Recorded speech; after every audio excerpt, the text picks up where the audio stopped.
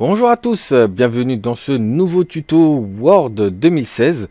Donc la dernière fois on avait travaillé sur des documents, sur un document, on avait fait quelques mises en forme. Maintenant on va voir comment ouvrir et surtout enregistrer son document. Donc pour ce faire, bien évidemment, on enregistre d'abord avant de pouvoir l'ouvrir après. Moi je vais vous le présenter dans l'autre sens. On va d'abord ouvrir un dossier qui est un fichier que j'ai déjà enregistré et je vous montrerai par la suite comment l'enregistrer. Donc ça peut paraître facile pour la plupart d'entre vous, mais j'ai quand même eu quelques petites questions concernant comment faire pour enregistrer un document, parce que bien évidemment on peut enregistrer au format Word, mais pas que, on peut aussi enregistrer sur d'autres formes de documents. Donc pour ce faire, on va déjà ouvrir notre petit Word qui est ici. Donc on arrive sur la page de présentation avec bonjour, il est très poli Word. Et comme on peut voir déjà dans les récents, on a l'historique des documents sur lesquels on a déjà travaillé. Donc moi sur ce profil, j'ai travaillé que sur le document que vous avez vu précédemment en vidéo. Donc je peux cliquer ici. Mais sinon, à l'aide de ouvrir, je peux ouvrir un autre document qui est ailleurs. Donc là, récent, c'est les documents récemment sauvegardés. Donc comme on peut le voir, sur présentation, c'est celui qu'on a vu la dernière fois. Je peux ouvrir à partir de OneDrive, bien évidemment s'il a été paramétré. D'ailleurs, il faudrait peut-être que je m'y penche à vous présenter le OneDrive. Ce PC... Donc là, c'est différents documents qui nous met, comment dire, où on a l'habitude de sauvegarder. Donc Camtasia, je ne sais même pas pourquoi il me met ces trois documents-là. Ajouter un emplacement. Donc là, c'est si on a un autre compte Drive ou carrément un Drive entreprise pour ceux qui veulent travailler chez eux. Mais principalement moi ce que j'utilise, donc c'est soit récent s'il apparaît dans la liste, ou soit parcourir pour aller le chercher.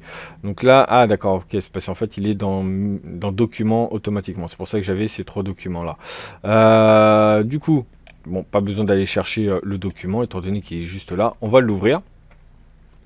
Et donc on va travailler sur ce document. Une fois que la mise en forme vous convient, soit il est terminé, ou soit vous devez... arrêté pour le moment pour X raisons, eh bien, on va l'enregistrer pour pouvoir le retravailler plus tard. Donc, pour ce faire, on va aller dans Fichier et on va avoir dans le menu de gauche deux icônes qui vont nous intéresser. Enregistrer et enregistrer sous. Déjà, là, j'ai déjà eu une question dessus pour me dire quelle est la différence entre les deux. Tout simplement, enregistrer, c'est si vous avez déjà enregistré votre document, il va écraser ce dernier pour le remplacer par le nouveau, avec les nouvelles présentations, ou du moins ce que vous avez complété dessus. Si vous n'avez jamais enregistré le document, si vous cliquez sur enregistrer, il se transforme automatiquement en enregistrer sous.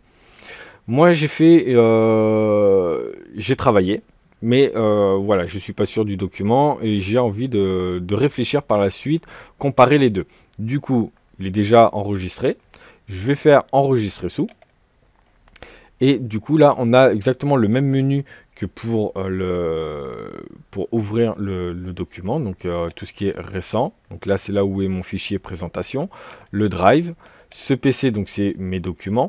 Ajouter un emplacement, OneDrive ou OneDrive Enterprise, ou parcourir.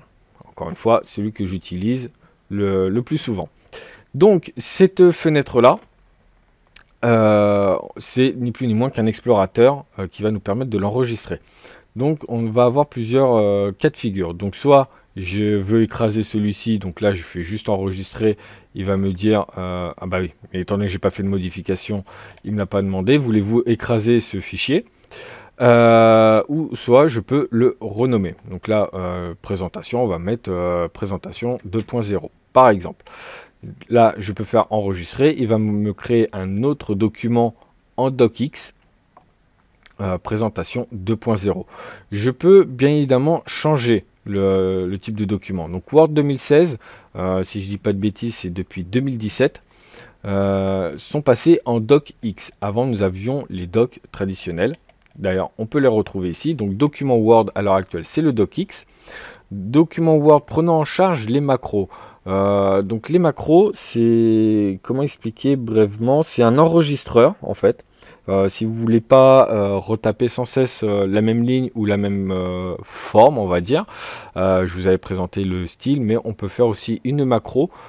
C'est, on va dire, une petite commande qui peut être à la fois simple mais des fois complexe, qui va permettre de faire des raccourcis. Bien évidemment, je vous ferai une vidéo dessus pour vous présenter ce que c'est que les macros.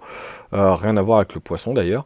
Document Word 97-2003, donc c'est l'ancien format. Je sais que beaucoup d'entreprises utilisent encore des vieilles licences Word. Donc là, si vous faites enregistrer dans ce document-là, vous pourrez l'ouvrir avec les anciens Word.